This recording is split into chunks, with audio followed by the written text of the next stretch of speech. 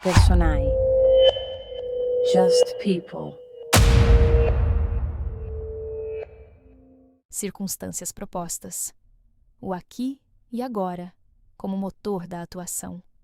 No trabalho do ator, poucas perguntas parecem tão naturais quanto quem é esse personagem? E, no entanto, poucas perguntas geram tantos atalhos perigosos. Quando o ator tenta responder depressa, quase sempre recorre ao que está à mão. Adjetivos. Ele é frio, ela é ciumenta, ele é agressivo, ela é doce. A adjetivação dá uma sensação imediata de domínio, como se nomear traços fosse construir vida. Mas, na prática, costuma produzir o contrário. Cria uma forma, um jeito que o ator passa a sustentar, e não uma necessidade que o obriga a agir. O sistema de Stanislavski desloca o ponto de partida justamente para escapar desse vício. Em vez de começar pelo quem ele é, começa-se pelo em que condições ele age. Esse deslocamento funda o conceito de circunstâncias propostas, o conjunto de condições que constitui o mundo do papel e que, uma vez aceitas como verdade, tornam a ação inevitável. O objetivo não é explicar o personagem, é fazer com que ele aconteça. Em termos históricos e metodológicos, as circunstâncias propostas nascem da luta de Stanislavski contra o efeito. Efeito é quando o ator decide como deve parecer: triste, perigoso, sedutor, sem estar realmente submetido a uma situação que produza esse estado. O sistema entende que a verdade cênica não é um resultado de vontade, vou sentir, mas uma consequência de condições, preciso agir. Por isso, o conceito de circunstâncias propostas funciona como solo: tempo, espaço, fatos, relações, regras, pressões, objetos, limites. Quando o ator habita esse solo, sua atenção se reorganiza, o corpo ganha tarefas reais, e a emoção deixa de ser buscada como um objetivo em si, passando a emergir como resultado orgânico de um viver em cena. Convém, então, definir o conceito de modo útil para o palco. Circunstâncias propostas são o conjunto de condições objetivas e concretas, externas e internas, que constituem o mundo da cena e do papel. Condições que, quando o ator as aceita como verdade, organizam o foco e tornam as ações necessárias. Elas incluem o tempo, época, hora, urgência, antes e depois de quê, o espaço, lugar, privacidade, regras, obstáculos e objetos, os fatos, o que aconteceu, o que está acontecendo e o que pode acontecer, as relações, quem é quem para quem, hierarquias e dependências, e os impulsos internos que são acionados por essas condições: medo, desejo, culpa, orgulho. A chave é não inverter a hierarquia. No sistema, o interno não é um centro isolado. Ele é provocado e moldado pelo mundo. Não se trata de o personagem ser ciumento, mas de ele agir com ciúme sob condições específicas. E sob outras, agir de outro modo. Para transformar esse conceito em método, um caminho especialmente fecundo é organizá-lo pelo tripé: onde, quando, quem. Essa divisão não é um checklist burocrático, é uma arquitetura de pressão. Cada eixo, quando bem formulado, muda o corpo do ator, muda o ritmo, muda o risco e, principalmente, muda a ação. O onde é o eixo da materialidade. Ele define o regime de comportamento e a gramática de possibilidades. Um mesmo conflito muda quando acontece em público ou no privado, quando há testemunhas ou quando não há, quando existe uma porta trancada ou uma saída aberta, quando o espaço é amplo e exposto ou apertado e sufocante, quando há objetos que podem virar prova, arma, abrigo. Em Shakespeare, por exemplo, uma cena como o confronto de Hamlet com a mãe ganha naturezas muito diferentes se a ação é vivida como confinamento íntimo de um quarto fechado ou como evento filtrado por um salão onde a corte está por perto. O espaço, nesse sentido, não é ambiente decorativo.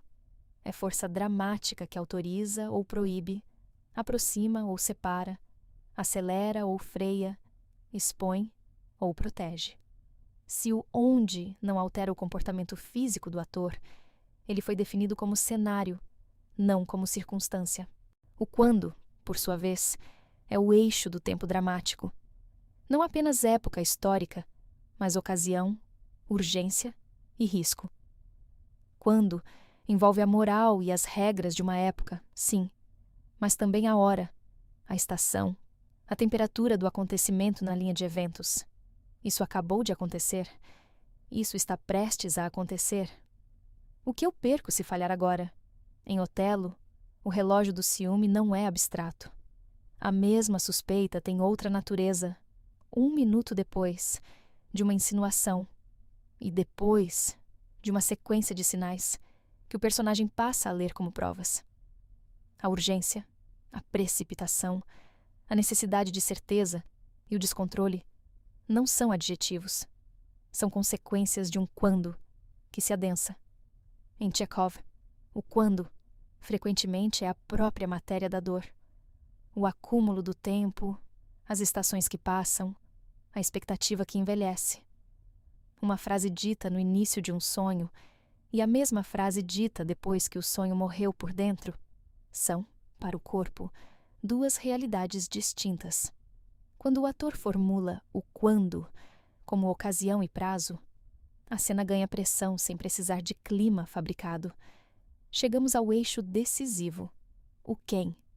E aqui é fundamental afirmar sem ambiguidade, sobretudo num livro voltado a atores que desejam melhorar sua atuação, que quem não é adjetivo, quem é relação. O erro comum é procurar personalidade. O caminho do sistema é procurar posição.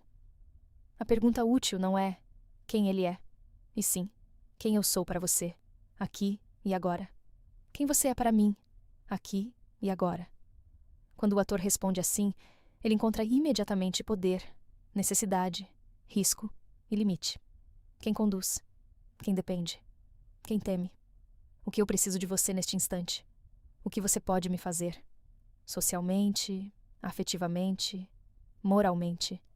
O que eu posso ou não posso fazer diante de você? A relação define o território de ação de um modo que a adjetivação jamais define. É nesse ponto que a noção de papel se torna uma ferramenta didática de primeira ordem. Papel não é essência psicológica. Papel é função relacional. Um homem é pai em relação ao filho, mas é filho em relação ao próprio pai. Para a criança, esse pai do pai é avô. A mesma pessoa, portanto, habita lugares diferentes conforme muda o interlocutor. Isso prova algo que muitos atores resistem em aceitar no começo, mas que, quando aceito, libera o trabalho. Identidade cênica é posicional. Troca o polo da relação. Muda o papel ativado e muda o corpo, a respiração, o ritmo, a coragem de tocar, a escolha de palavras, a estratégia de ataque e defesa. Nora, em Casa de Bonecas, não é ingênua como traço eterno. Ela ocupa um papel em relação ao marido e ao sistema doméstico que a infantiliza, e age para manter uma imagem e preservar segurança, até que certas condições a empurrem a romper esse contrato relacional. Orgon, em Tartufo, não é cego por natureza. Ele se encontra preso numa relação de dependência moral e simbólica. Precisa de Tartufo para sustentar uma autoimagem de virtude, e essa necessidade relacional gera ações concretas. Negar evidências, expulsar quem ameaça a crença, dobrar a própria casa a um poder imaginário. Se o ator trabalha por adjetivos, ele congela. Se trabalha por relação, ele age. A importância das circunstâncias propostas, portanto, não está apenas em compreender o texto, mas em organizar o ensaio. Um procedimento sólido começa pela distinção entre fato e opinião. O ator lista o que o texto dá como fato: onde, quando, quem, o que aconteceu, o que está em jogo, e separa o que é inferência plausível, coerente com o mundo da peça, do que é invenção arbitrária.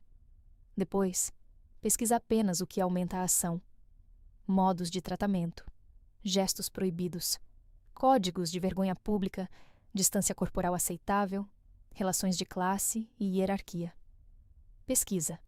Aqui, não é erudição ornamental, é produção de comportamento verificável.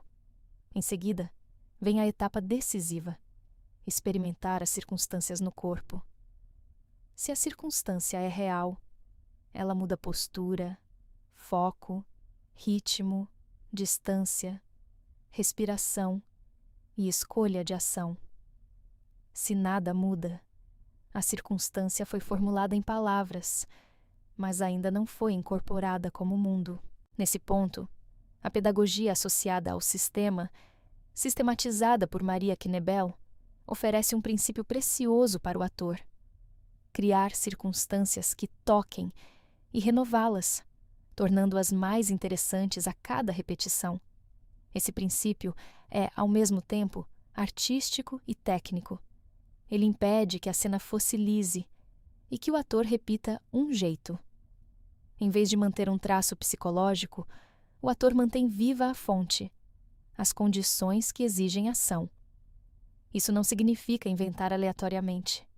Significa aprofundar concretude, risco e relação, mantendo coerência com o universo da peça. Para que o ator possa aplicar imediatamente o conceito, vale propor uma regra simples de trabalho: toda circunstância proposta deve ser formulada de modo que possa virar verbo. Onde, vira tarefas e obstáculos. Quando, vira urgência e prazo. Quem, entendido como relação/papel, vira necessidade e estratégia. Se o ator consegue transformar suas respostas em ações jogáveis: persuadir, esconder, proteger, impedir, seduzir, acusar, confessar, negociar, humilhar, reparar, ele está no território do sistema. Se não consegue, provavelmente está descrevendo, não vivendo. O ganho desse método é objetivo. Ele melhora a atuação porque substitui a ansiedade de parecer por uma prática de existir sob condições. Circunstâncias propostas, organizadas pelo tripé onde, quando, quem, são uma disciplina da concretude. Obrigam o ator a dar corpo ao mundo, a reconhecer o tempo como pressão e a entender o personagem como relação. E quando o quem deixa de ser adjetivo e passa a ser papel, função relacional numa rede de poder, dependência e necessidade, o personagem deixa de ser uma ideia na cabeça do ator e se torna aquilo que no palco importa de fato: uma vida que reage, decide e age aqui e agora. Personae. Just people.